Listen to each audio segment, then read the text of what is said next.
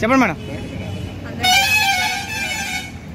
Janasena city secretary దిశా number కూడా ధనమ్మ జాతర చాలా రంగరంగ వైభవంగా మా 37వ వార్డులో జరగడానికి గత 37 సంవత్సరాల నుంచి ఇది అమ్మవారు వెలవేలుపు అనేసి జాతర చేస్తున్నారండి.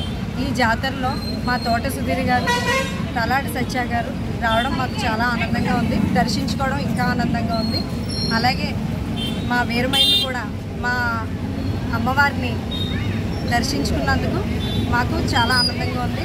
దీనికి మేము కృతజ్ఞతలు తెలుపుకుంటూ సెలవు తీసుకుంటాం. అందరికీ నమస్కారం.